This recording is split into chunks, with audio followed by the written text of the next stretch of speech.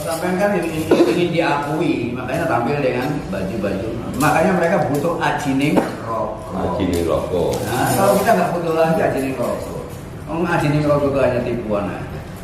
Ini iso 17 menit mana? Aku mau Ajining rokok saka busana. Nah, aku nggak perlu ajining rokok. Aku nggak ingin orang menghargai saya karena busana saya. Nah, busana dilepas tapi harganya nggak ada. Ya. Nah, harga saya bukan pada perilaku saya, ada pada perbuatan saya. Apa yang Ini ada lagi pertanyaan ya, masalah perlu diperjelas dengan istilah Jawa. apa itu? Nah, Jawa itu katanya luas. Kadang orang mandang dari segi suku atau pulau. Oh gitu, ya. Oke. Sebetulnya istilah Jawa itu merupakan istilah yang ingin membicarakan sesuatu yang absolut, sesuatu yang tidak berubah, sesuatu yang kekal. Nah, kemudian orang-orang para leluhur kita menyebutnya istilah itu dengan istilah Jawa. Bahasa filsafatnya itu yang disebut substansi. Bahasa Arabnya itu yang disebut dengan nur. Bahasa Hindunya itu yang disebut dengan div. Ya, di Kristen nyebutnya cahaya. Substansi, bicara tentang substansi itu berarti bicara tentang apa yang ada. Ini kita kupas dulu. Bicara tentang apa yang ada. Bicara tentang yang ada itu pembicaraan yang paling luas, paling abstrak. Ya? Kalau yang minta, sampean tahu yang namanya burung? Tahu. Kalau yang minta tolong sama sampean untuk mana burung? Minta burung. Ya mana burung? Sampean bisa menunjuk burung nggak yang? Bisa. Tapi sampean sadar bahwa ketika sampean menunjuk burung, maka burung yang sampean tunjuk adalah burung-burung tertentu. Bukan burung yang maksudnya. Iya, burung tertentu ya kan? Burung kutilang atau burung garuda, burung elang, burung gagak. Itu burung tertentu. Iya. Burung itu jelas kan, konkret. Yang dia tanyakan burung. Burung gitu. Nah ketika bertanya burung, bisa nggak sampai nunjuk? Burung itu ada nggak? Ada, tapi nggak bisa ditunjuk. Kenapa? Burung meliputi semua burung, semua bentuk burung. Maka burung itu abstrak. Gelarnya itu burung-burung konkret. Dia terbatas. Gelarnya itu begini, elang itu begini. Nah ini yang disebut. Nah, ketika kita bicara tentang burung, binatang masuk nggak ke dalamnya? Tidak. Bukan burung binatang ya. Iya, tapi kambing kan bukan burung. Oh iya. Maksudnya subspesiesnya. Bukan, wilayahnya belum luas. Oh. Ini wilayah burung, ya kan? Nah, ketika kita bicara tentang binatang, maka burung masuk ke dalamnya nggak? Masuk kan? Ketika kita bicara binatang itu lebih luas daripada burung. Tapi manusia masuk ke dalamnya nggak? Enggak. Tidak. Enggak. Agar manusia bisa masuk ke dalamnya, maka kita lari ke tingkat yang lebih tinggi yaitu makhluk. Makhluk ya. Betul. Ya. Nah, ketika kita bicara tentang makhluk, Tuhan masuk di dalamnya enggak? Belum. Tidak, karena Tuhan bukan makhluk kan. Lalu bagaimana kita masuk ke tingkat yang lebih tinggi? Wilayah yang lebih tinggi adalah kita bicara tentang yang ada. Maka Tuhan ada di dalamnya. Ya. Tuhan sebagai substansi yang meliputi semua yang ada. Semua yang ada ini disebut substansi. Nah, kemudian apa yang ada tadi kita selidiki satu persatu. Mereka ada, benar-benar ada atau hanya nampak? Nampaknya ada. Nah, di sini ini ada. Kalau dalam bahasa bahasa filsafatnya ada itu onto. Ilmu tentang ada, ilmu adalah logos. Arti onto dan logos. Jadi itu yang disebut dengan ontologi. Jadi ilmu ontologi adalah ilmu yang berbicara tentang ada. Berbicara tentang apa yang ada. Apa yang ada? Ada manusia, ada binatang, ada kambing, ada Tuhan, ada surga. Nah, setelah kita ada Tuhan, ada manusia, kita sendiri ada setan. Semua yang kita sebutkan kita anggap ada. Setan, surga, neraka, kita anggap ada. Kemudian kita berusaha untuk mengkaji ada atau tidak. Gitu. Manusia ada. Nah, semua yang ada dan jelas-jelas ada, itu yang disebut dengan substansi atau nur. Nur tahu? Cahaya. Jadi sampai untuk melihat cahaya butuh cahaya lain nggak? Untuk butuh cahaya lain nggak? Betul. Nah, untuk apa? Oh enggak. Cahaya itu sendiri sudah mampu menerangi dirinya. Nggak perlu cahaya lain. Itu yang disebut dengan substansi. Tidak tergantung pada cahaya lain. Dirinya sudah mampu menjelaskan. Itu yang disebut substansi.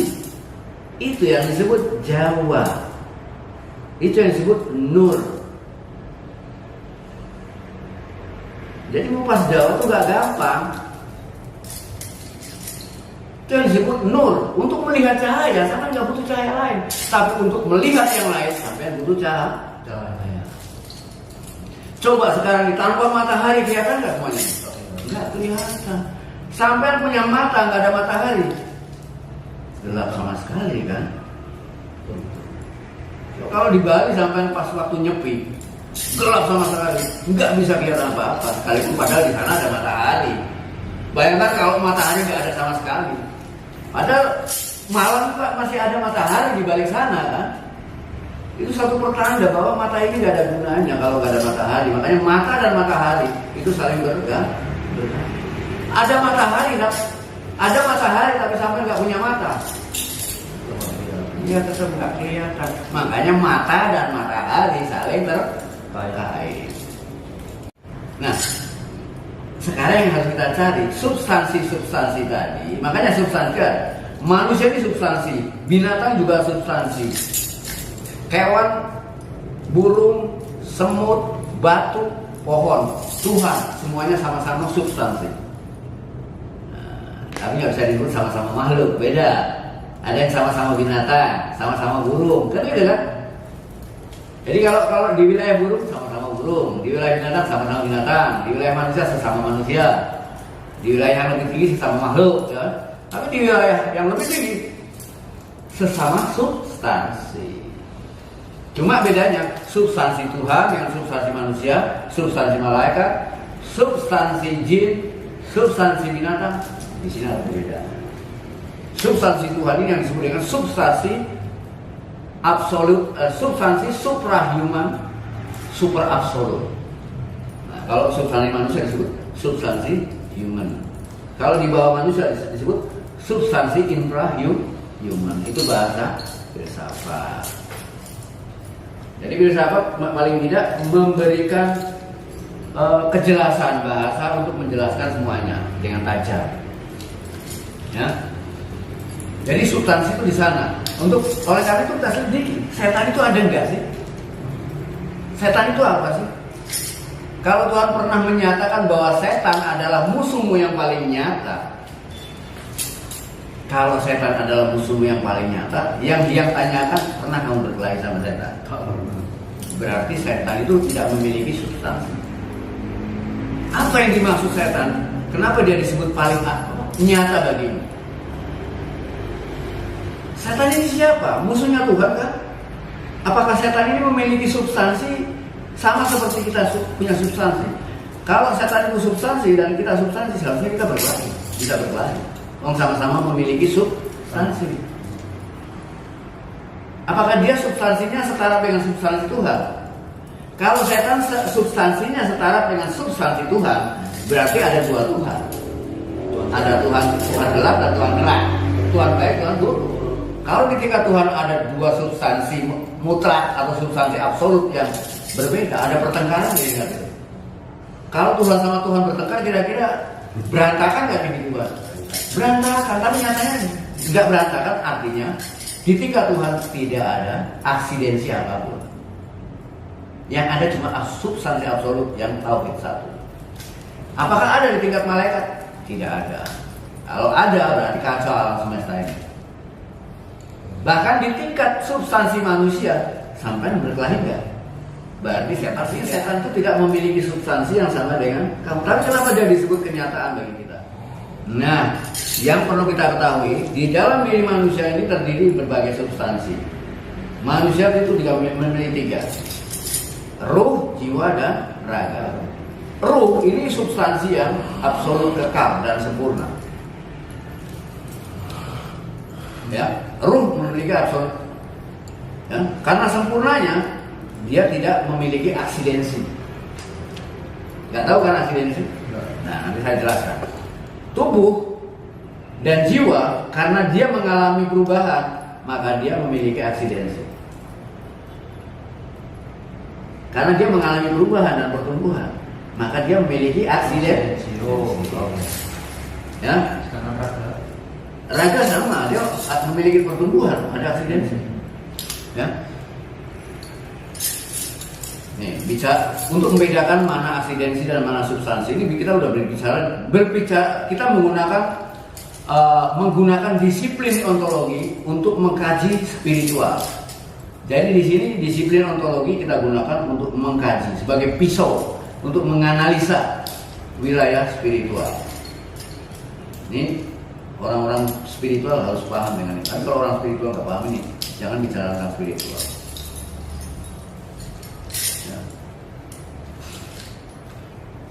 Apa itu aksidensi dan apa itu substansi? Nih. Sampai tahu yang namanya panu? Tahu. Panu adanya di mana? Di kulit. Sampai bisa nggak memisahkan panu dari kulit? Nggak bisa. Itu tandanya panu tidak memiliki substansi. Dia tidak bisa berdiri sendiri. Yang namanya substansi itu berdiri sendiri. Sama seperti cahaya, dia nggak butuh cahaya lain untuk menjelaskan dirinya. Jadi panu ini adalah aksidensi. Dia tergantung pada kulit. Nah, kulit tergantung pada panu nggak? Tidak. Maka kulit ini substansi. Karena dia bisa berdiri sendiri tanpa panu. Tapi panu tidak ada tanpa kulit. Ya. Nah, sekarang yang jadi pertanyaan, dari mana datangnya panu? Kalau dia nggak punya sumber, kalau dia tidak punya substansi, dari kulit. Kalau kulit itu sumbernya panu, berarti semua kulit bisa jadi panu. Berarti semua kulit punya berpotensi jadi panu, kan enggak? Ayo. Ini yang disebut dengan aksidensi. Aksidensi itu artinya asal kata dari aksiden, terjadi. Sesuatu yang baru saja terjadi. Artinya kalau dia pernah terjadi berarti akan hilang. Aksidensi. Maka kita sebut aksidensi. Nah, terjadinya panu itu hanya masalah kekurangan saja. Apanya yang kekurangan? Karena tubuh kita ini berproses, maka tubuh mengalami kekurangan. Kalau tubuh kita ini sehat 100%, tidak ada kekurangan apapun, tidak ada panu, tidak ada penyakit apapun, tidak ada lagi. Ya. Ketika tubuh sampean sehatnya 80%, 20% penyakit. Ya kan? Ketika sampean sakit, katakanlah sehatnya 60%, 40%-nya penyakit. Jadi yang disebut penyakit adalah kesehatan yang terganggu. Penyakit udah ada, yang ada kesehatan yang tidak terganggu. Nah, gangguan ini yang disebut dengan aksidensi. Nah, Jadi yang disebut setan tadi adalah merupakan bentuk aksidensi dari ketidaksempurnaan pengetahuan yang ada di dalam pikiran kita. Setan adalah bentuk aksidensi atau ketidaksempurnaan dari apa yang kita lakukan, yang disebut dengan perilaku. Jadi orang yang berperilaku buruk berarti dia ada di bawah pengaruh aksidensinya. Nah ya, jadi itu makanya disebut setan adalah musuhmu yang paling nyata karena dia ada di dalam dirimu. Di sana kita wajibnya memerangi itu yang disebut dengan perang berdata itu sudah. Jadi caranya menghilangkan setan, ya menyempurnakan diri, menyempurnakan pengetahuan, sempurnakanlah dirimu sehingga tidak ada aksidensi apapun dalam totalitas dirimu.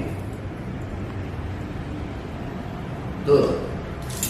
Kalau dalam agama, manusia itu gak sempurna, gak bisa, nah, itu bahasa agama, dibujuki. Gak apa-apa, karena agama sama tukang obat itu sama. Kerjaannya cuma menakut-nakuti. Ya kan? Agama dengan tukang obat sama. Oh, kamu kalau nggak minum pil ini bahaya, kamu penyakitnya warnanya harus ini. Nah, ya. Agama juga begitu. Ya kan? Kita ditakut-takuti supaya melakukan kebaikan. Sama seperti anak-anak. Untuk makan, untuk tidur pun harus ditakut-takuti lebih dahulu. Yang ini seringkali jadi korban. Nah, anak-anak itu tahu. Kadang-kadang anak-anak itu begitu kenal yang dekat, dia bilang, itu tuh baik ya gitu, baik gitu. Emangnya kenapa? Dulu saya kira itu jahat, serem, gini-gini. Ternyata itu baik. Emangnya kenapa? Mama selalu bilang, kamu kalau nggak mau gini tak panggilkan Wildo, kamu biar dibawa sama Wildo kamu ya. Akhirnya tahunya kecil itu. Jadi sering dijadikan alat untuk nakut-nakuti anak. Kamu kalau nakal biar dibawa sama Wildo gitu. Gitu. Ya, berarti agama itu di sana. Maksudnya ditakut-takuti supaya nurut, gitu kan? Harusnya anak-anak nggak perlu ditakut-takuti, diberi kesadaran bagaimana pentingnya makan buat dia, bagaimana pentingnya tidur. Tapi anaknya sulit. Kalau nggak ditakut-takuti, diceritakan yang buruk-buruk supaya cepat-cepat tidur. Oh, iya. Berarti saya juga korban ya, korban dari guru ngaji saya. Kamu kalau nggak sholat kamu besok disiksa di neraka. Harusnya gitu. Iya. Nah, tapi ya, ustadznya juga nggak tahu pada neraka dan surga. Tadi setan itu adalah musuh yang nyata karena dia adalah bentuk aksidensi dari ketidaksempurnaan substansi tertentu yang ada di dalam diri kita, yaitu tubuh dan pikiran atau jiwa. Nah, ini yang disebut jiwa itu ada sakitnya, ya kan? Sakit jiwa itu kan. Nah, sekarang kita mengarah ke Jawa. Jawa, istilah Jawa sebetulnya nggak jauh beda dengan substansi itu sendiri. Jawa tidak jauh beda dengan istilah nur itu sendiri. Ya, karena Jawa hanya meminjam istilah Jawa itu berangkat dari bentuk alfabet, ya, bentuk dari abjad Jawa yang disebut dengan Hono, Coroko, Doto, Sowolo. Ya, dalam semua huruf sebetulnya sama, ya, bukan hanya huruf alfabet Jawa, ya. A, B, C, D juga sama, ya. Nah, di dalam susunan huruf-huruf tadi, di dalam itu ada dua huruf yang tidak bisa mati. Huruf itu tetap hidup sekalipun tidak didampingi oleh huruf hidup, oleh vokal, ya kan? Nah, huruf itu adalah Y dan W, ya kan? Huruf yang lain tanpa vokal mati, ya kan? B tanpa A nggak bisa disebut ba, tanpa I nggak bisa B, dia butuh vokal, ya kan? Sedangkan Y tanpa vokal dia bisa berbunyi I. W bisa berbunyi U, ya kan? Jadi dia tetap hidup. Nah, yang tetap hidup inilah disebut substansi. Adanya tidak tergantung pada yang lain. Huruf lain kan berarti tergantung pada vokal kan? Amin. Huruf B baru hidup kalau ada vokal. Artinya huruf hidup ini tidak memiliki substansi, karena dia hanya aksidensi. Nah, sehingga dia butuh vokal. Tanpa huruf vokal dia nggak hidup. Nah, huruf Y sama W adalah sebuah huruf yang hidup tanpa didampingi oleh apapun. Nah, yang terus hidup inilah yang disebut dengan substansi absolut. Makanya dua substansi ini adalah Y dan W. Kita menyebutnya Yawa. Sebenarnya bukan Jawa ya, Yawa.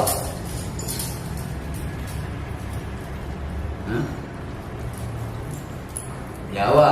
Kemudian terjadi perubahan jadi Jawa itu kan seringkali terjadi perubahan-perubahan ya kan.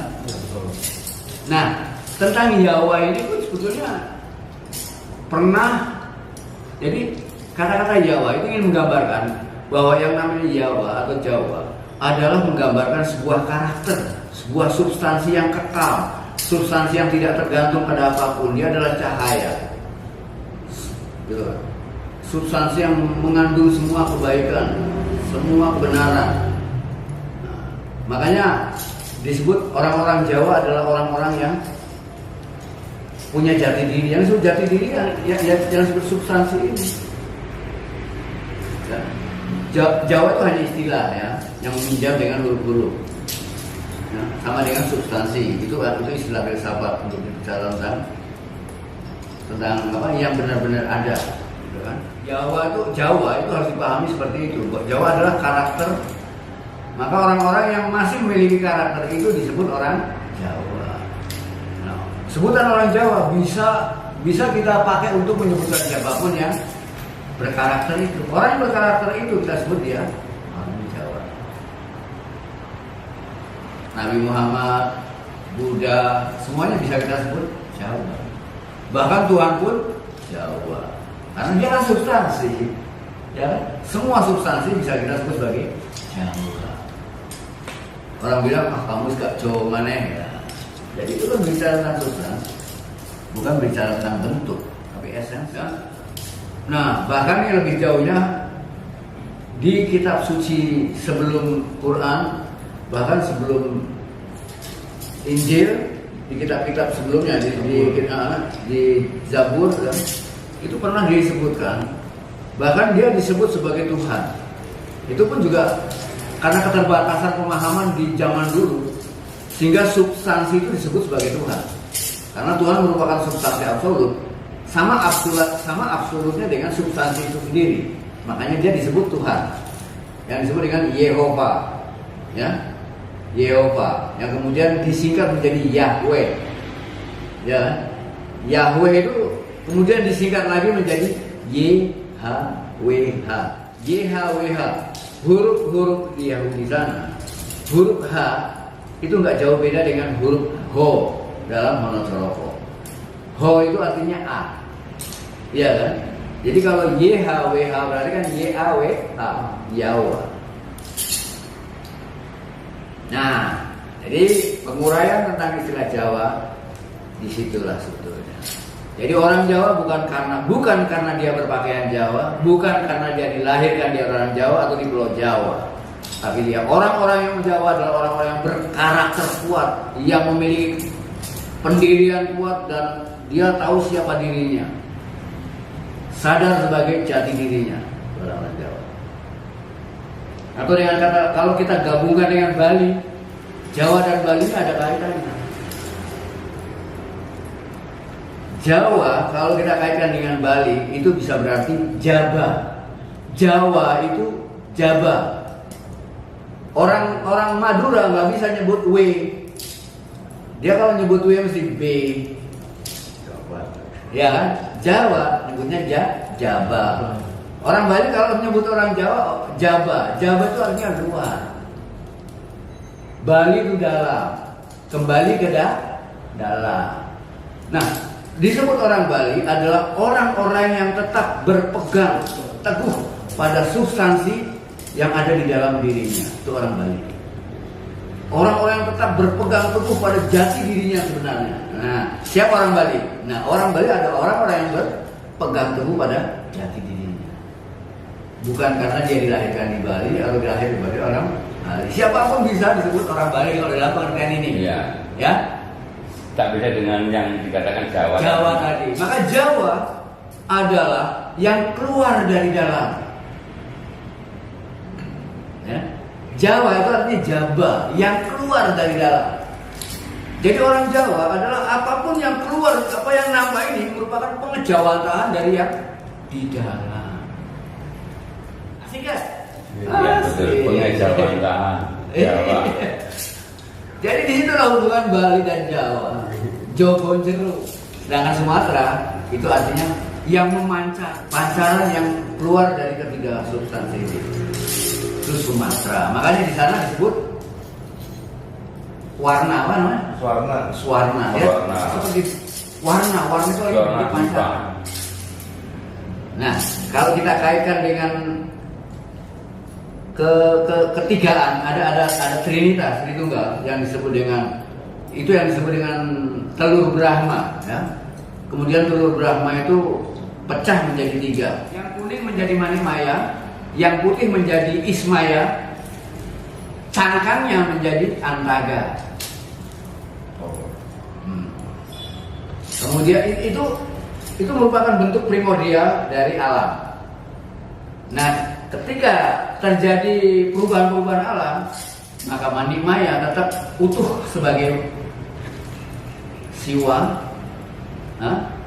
atau Betara Guru atau Manimaya.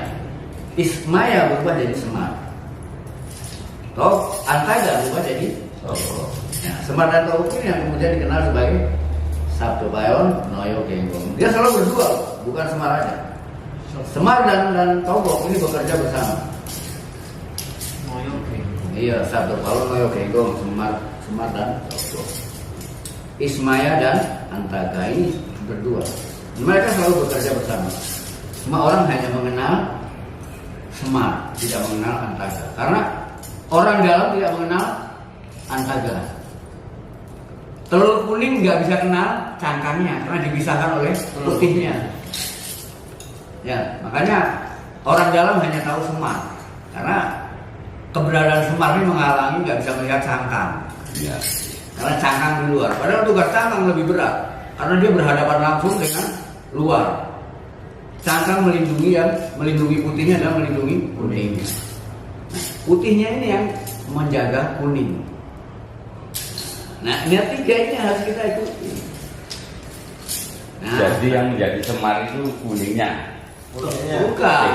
Yang jadi Semar itu cangkangnya, putihnya. Kuningnya. Dia menjaga kuningnya. Kuning main. Sedangkan cangkang yang menjaga keseluruhannya. Udah. Sampai di sini saja dulu. Ya, jadi terima kasih banyak atas apa yang disampaikan yang itu. Jadi banyak banget itu tadi yang tadi. Cari gawa timbo apa gawa baskom. Iya. Semoga timba baskom tergantung lubangnya juga ya. Iya. Tergantung lubangnya masuknya banyak enggak. Makanya oleh karena itu kalau belajar sama dia, penggal lehernya. Harus dulu di rumah ya. Nah, Penggal penggal kepalanya, jangan dibawa.